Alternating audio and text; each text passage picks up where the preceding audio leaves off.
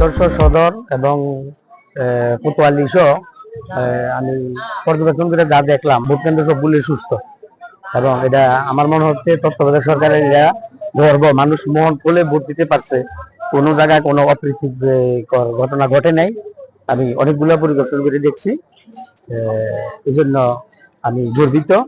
আমরা দেশে এরকম ভোট মানুষে দিবে মন খুলে, এটা অনেক বছর পর ফিরে পাইছে। অনেক লোকদেরকে জিজ্ঞাসা করলাম, তারা বলে যে আমরা খুব আনন্দিত, গর্বিত। আমরা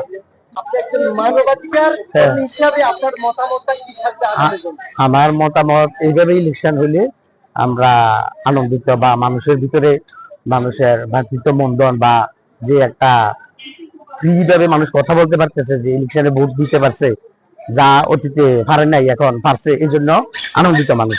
ভবিষ্যতে মনে করেন যে এরকম ধারাবাহিকতা নির্বাচন থাকবে? ভবিষ্যতে এরকম ধারাবাহিকতা নির্বাচন থাকুক, এটা আমার আশা এবং প্রত্যাশা ঊর্ধ্বতন কর্মকর্তাদের কাছে, বা নির্বাচন কমিশনার সহ তত্ত্বাবধায়ক সরকার বা যারা উপরস্থ কর্মকর্তা এটা ইয়ে করছে ইলেকশনের ব্যাপারে। মানবাধিকার আমাদের ঊর্ধ্বতন কর্মকর্তা তমিজি স্যার এবং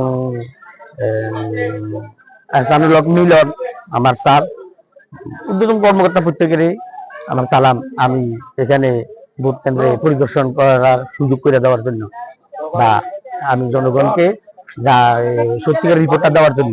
সর্বস্তরের লোকজনের উদ্দেশ্যে অতীতে যেটা পারে নাই এখন পারছে, এটা সাধারণ মানুষের সাথে কথা বলে আমি যা দেখলাম, এবং কোনো কেন্দ্রে কোনো দুর্ঘটনা হয় নাই, কোনো কার্য ঝগড়া হয় নাই, বা দুই একটা কেন্দ্রের ভিতরে শুনছি যে এমনি শোনাতে, যে আমি যাই নাই, জঙ্গলপুর হাতাতে এসে কিন্তু কোনো বড় ধরনের কোনো গন্ডগোল হয় নাই। অতীতে তো প্রত্যেকটা কেন্দ্রে গন্ডগোল হইতো, মারামারি, কাটাকাটি, খুন খারাপ এগুলো আগে ছিল, ওই এখন তো আমি দেখি নেই।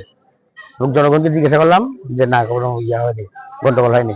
তো এরকম প্রত্যাশা মানুষ করে অবশ্যই, যেহেতু কোনো খুন খারাপি হয় না, গন্ডগোল হয় না, প্রশাসন যেভাবে দায়িত্ব পালন করছে, প্রত্যেকে আমি আনন্দিত যে আসলে মানুষ পারে না এ কথা বলা উচিত না, চেষ্টা করলে সবই সম্ভব, অসম্ভবই সম্ভব করাই মানুষের কর্ম, যা আমি দেখলাম। এখন মানুষ পারে না, আপনি জনগণ তো দেখছে, আপনারা পরে দেখেন মানুষ কি বলে।